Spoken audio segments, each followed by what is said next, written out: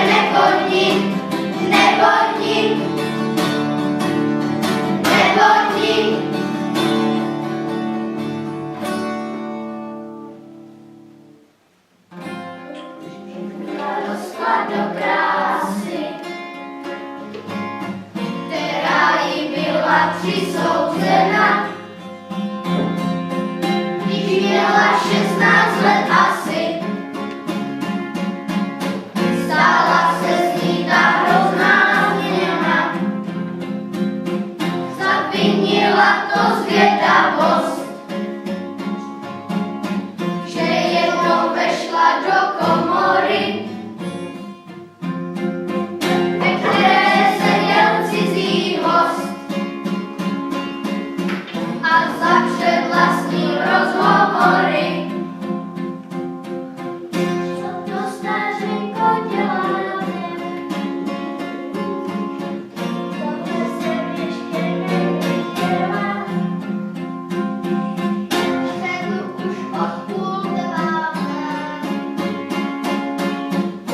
a myslí, jakou žízeň dělá.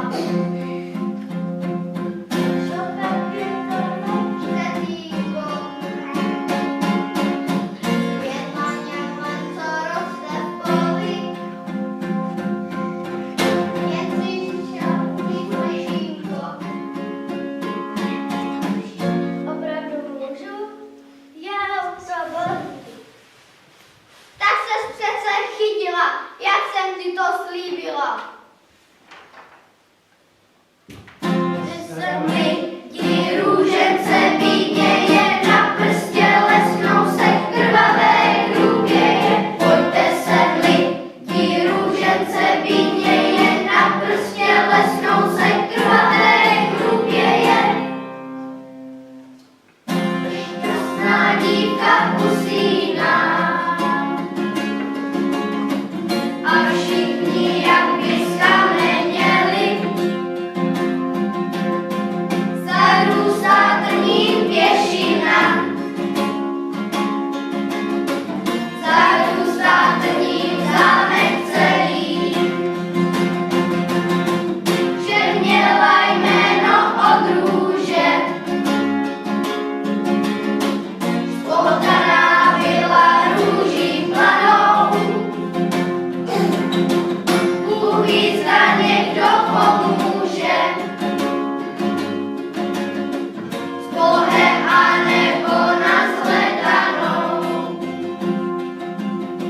s Bohem a nebo na shledanou. S Bohem Růženko Šípková. Zaval tě čas a nikdo není.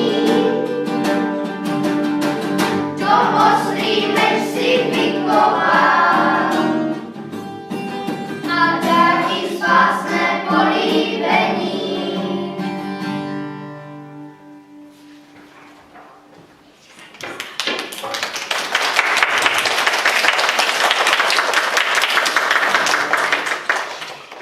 Žili byli bratři, tři, to jsme my.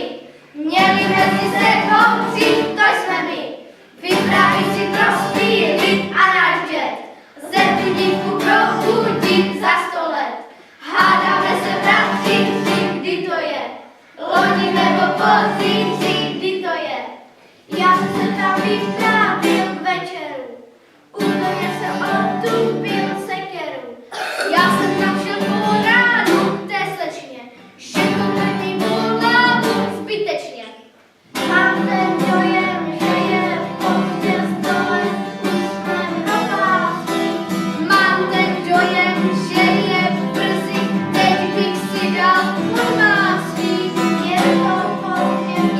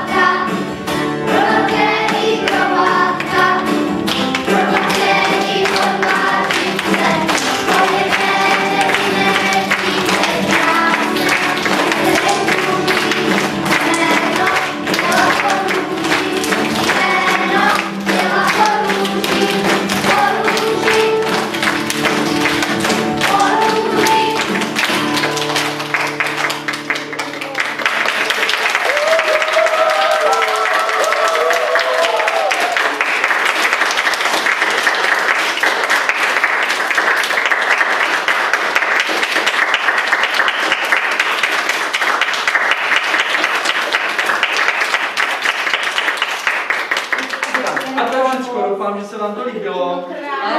Úplně skvělé. Úplně můžete jít klidně do Národního divadla. Dlouhé Moc se nám to líbilo, že